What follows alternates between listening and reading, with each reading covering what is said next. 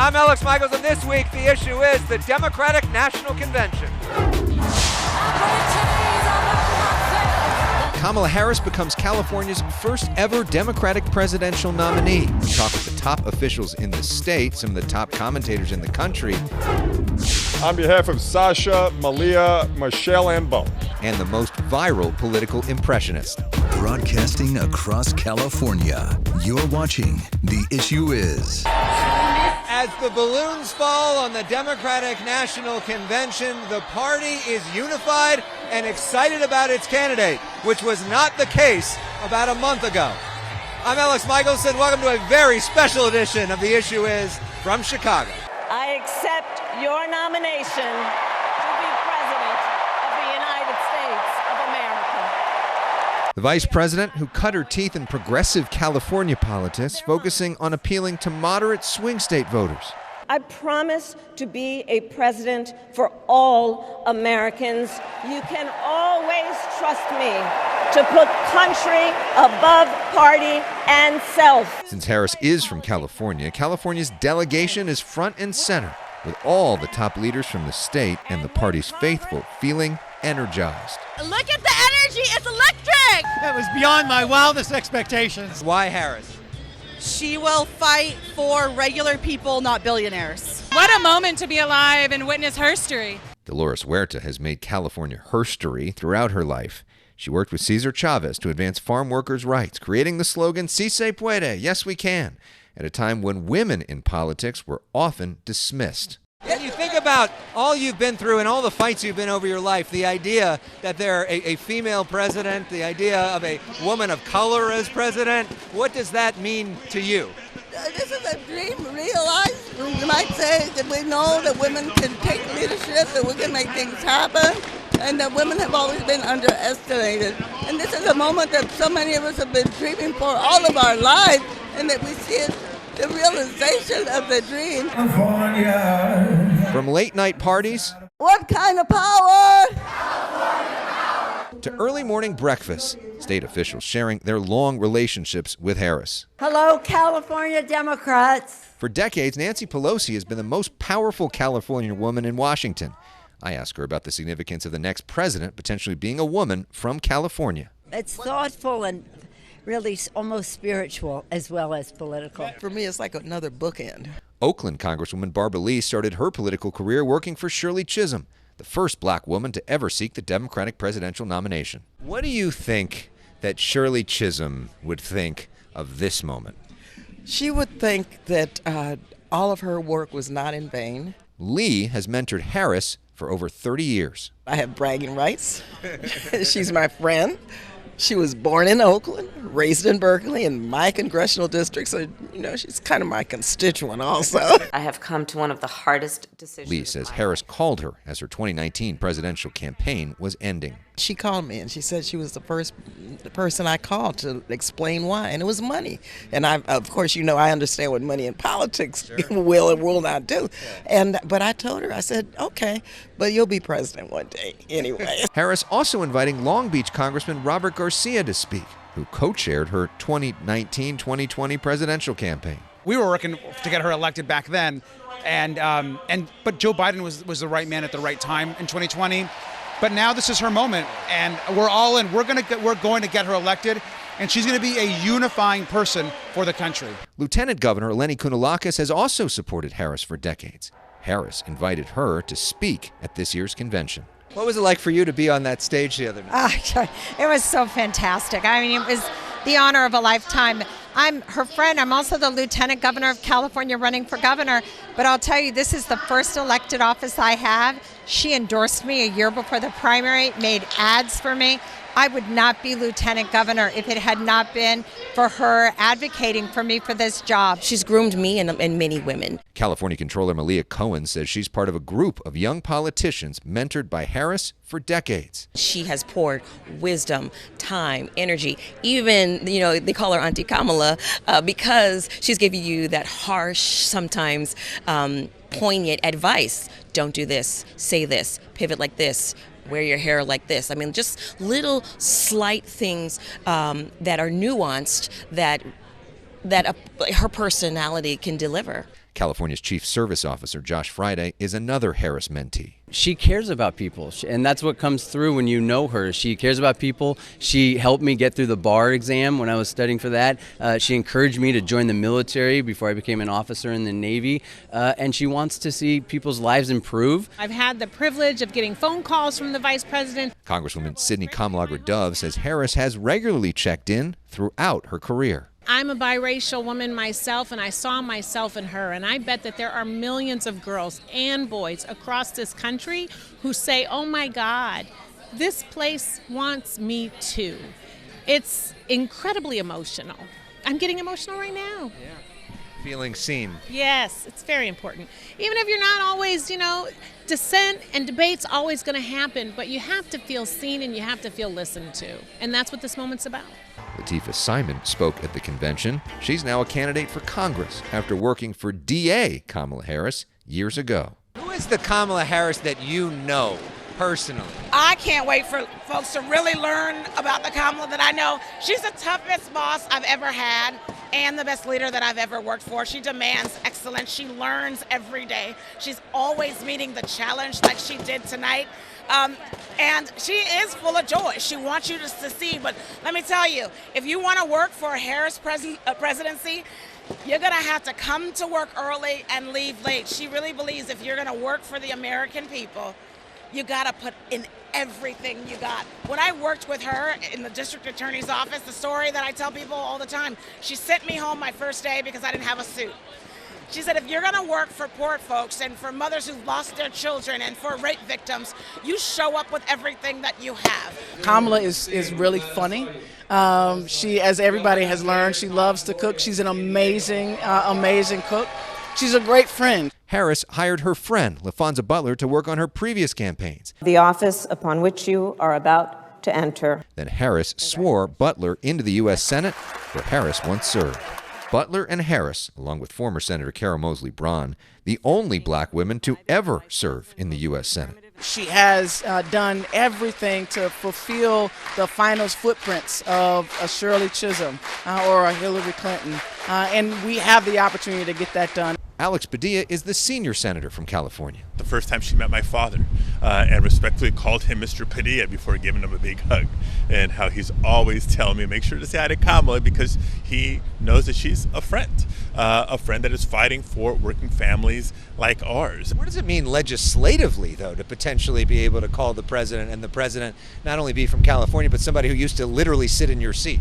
Oh, look, the relationship is huge. It's been a very good relationship with President Biden, don't get me wrong, but knowing that somebody is sitting in the Oval Office who knows and understands California. Rob Bonta is California's Attorney General, another job Harris once held. What would it mean for the state of California to have a president who literally did your job versus a president who's not a big fan? It makes all the difference. Literally having California in the White House and someone who knows us, sees us, will work with us, be a great partner. I think you'll see never before seen levels of partnership and collaboration between California and the U.S. government versus the opposite, someone who, for whatever personal reasons he may have, wants to harm Californians, wants to undermine our state, wants to see us fail. A similar argument from L.A. Mayor Karen Bass. Think of all of the events that are coming up, whether we're talking about the World Cup, the Super Bowl, and of course the Olympics. If we have a president that hates our state and really despises our city, you can only imagine. Although California Democrats have won every statewide election since 2006, congressional races are tight. We have always said that the House majority is going to go through California. I think that's absolutely true. Redland's Pete Aguilar chairs the House Democratic Caucus. He says Harris at the top of the ticket helps Democrats down ballot. How are you feeling this week? Energized, excited. Morning, California Democrats. Hakeeem Jeffries would be Speaker if the Dems win back the majority. Congressman, talk about the importance of California for you to become Speaker. Well, California is an incredible state, and there are 4 or 5 or 6 seats that are winnable in California. Mike Levin of San Clemente is in one of those close races. He was one of the first House Democrats to call on Biden to drop out. What is the difference for you having Harris at the top of the ticket as compared to Biden at the top of the ticket? Well, we all appreciate and honor and respect the tremendous service of President Biden. What I can tell you, Elex, is that in the last few weeks, we have had unprecedented activity on the ground. Up next, some of the top commentators in politics weigh in on the state of the race. We go to break with music. John Legend honoring Prince, the DNC.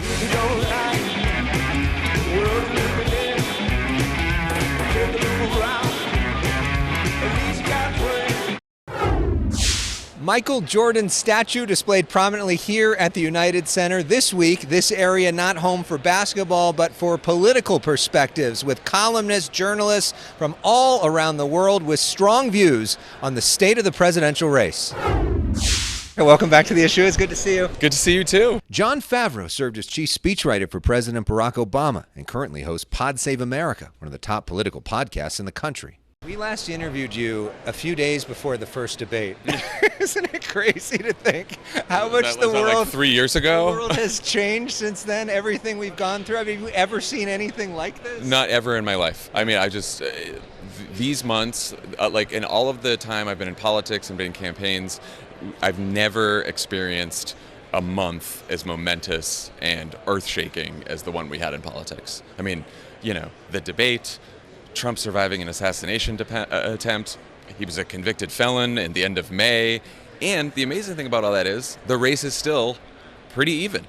And Trump's vote share is like still at around 46. I think what the age issue is a proxy for is people worried that he is not up to taking the decisive action that we need right now. Mm-hmm. You guys took some heat for being open about questions about whether Joe Biden was the right person. Yeah.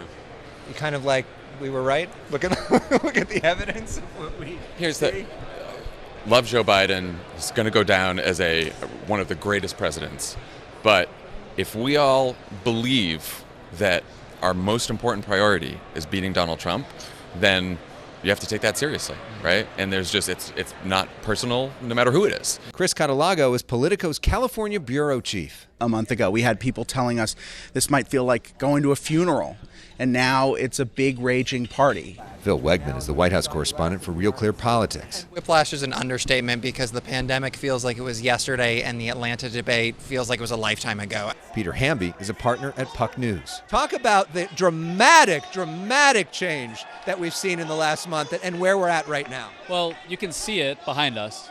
I'll give you a number, though. When Joe Biden was in the race after that terrible debate he had in Atlanta, 33% of Democrats said they were satisfied with their nominee, Joe Biden. Now it's 88%, which is about as high as Republicans for Kamala Harris. That is a crazy turnaround. What it was that set Trump off? Brian Tyler Cohen's YouTube videos about politics regularly get millions of views each. Can you talk about what you've been seeing since Harris took over the ticket? So I've been on YouTube. I've been creating content for 5-6 years now. I have never seen anything come close to the sheer amount of attention that people are paying to this race right now. Brian's new book, Shameless, is #1 on the New York Times bestseller list this week. If you were writing the paperback version, you get to put in another chapter about what we're witnessing in terms of this moment in history. How would that go?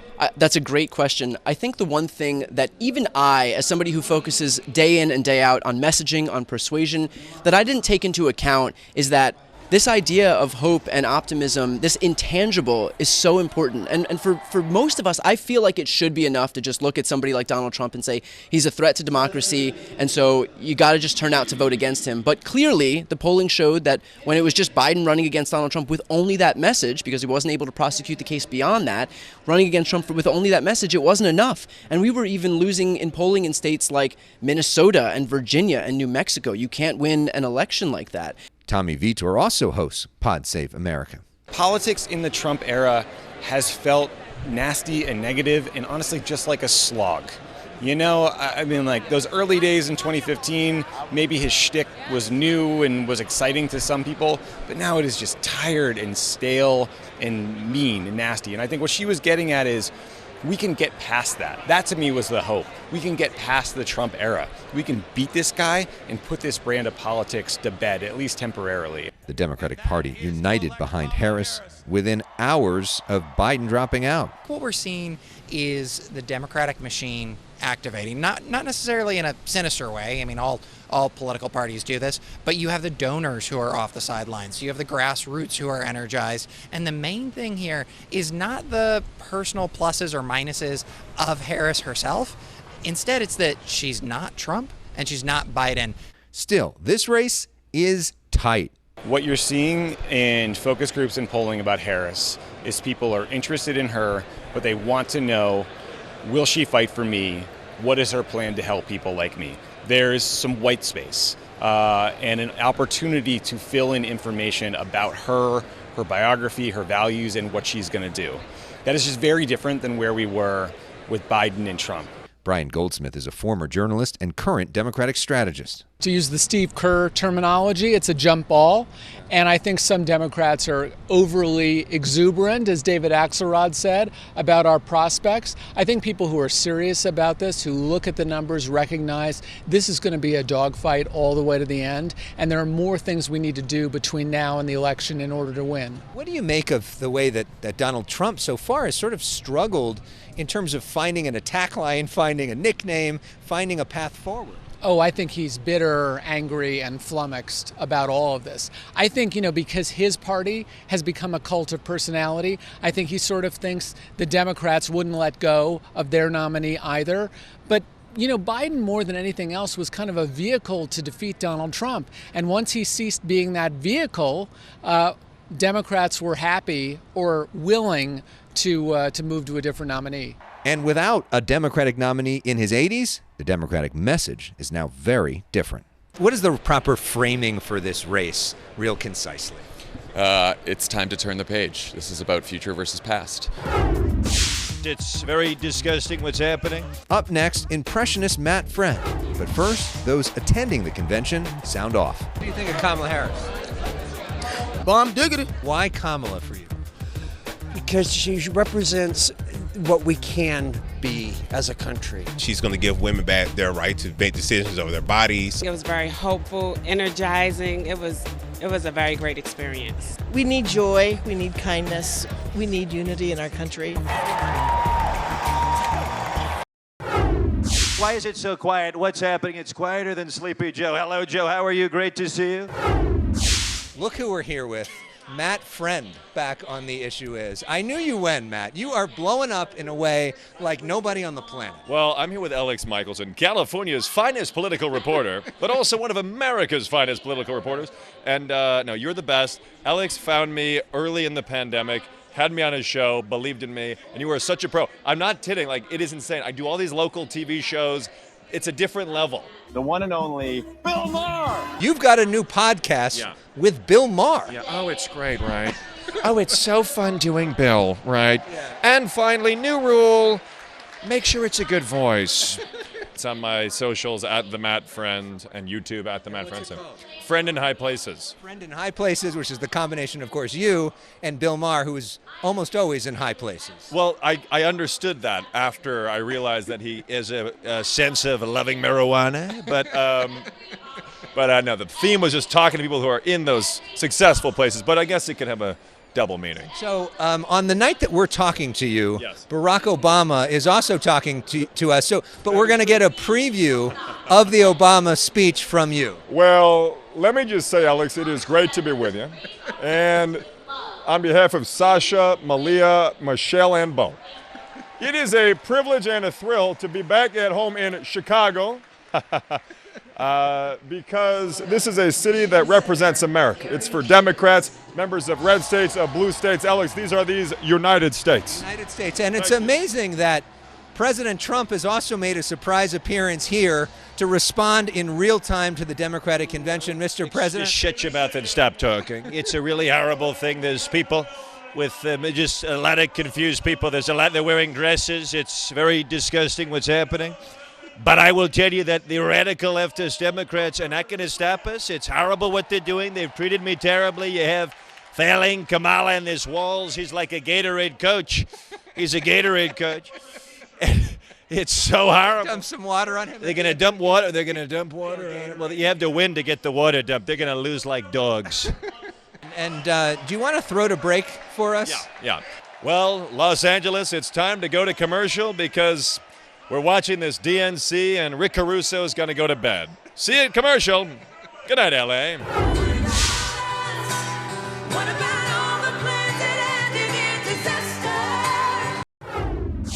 As things wrap up here at the Democratic National Convention, we ask almost all of our guests the same question. One word to describe Kamala Harris, one word for Donald Trump. What's your one word for Kamala Harris? Tough. And one word for Donald Trump. Criminal. One word for Kamala Harris. Fierce. And Donald Trump? Scary. Kamala Harris, what's one word? Friend. Friend to me, friend of the people. Donald Trump, one word. Danger. Can't take that risk. What's one word to describe Kamala Harris? Personable. One word to describe Donald Trump. Dysfunctional. What's one word for Kamala Harris? Fresh. One word for Donald Trump. Terrible. Try not to swear on your air. One word to describe Kamala Harris. Right now, electrifying. And Donald Trump. Scary. What's one word for Kamala Harris and one word for Donald Trump? So, what's one word for Kamala Harris? Prosecutor. One word for Donald Trump. Felon. One word for Kamala Harris. Hope. And one word for Donald Trump. Stale. Thank you so much for watching this special edition of The Issue Is. A big thanks to photographer Tony Butita for his week of 21-hour days and editor Debbie Kim for her hard work. Thanks so much. We'll see you next week from back home.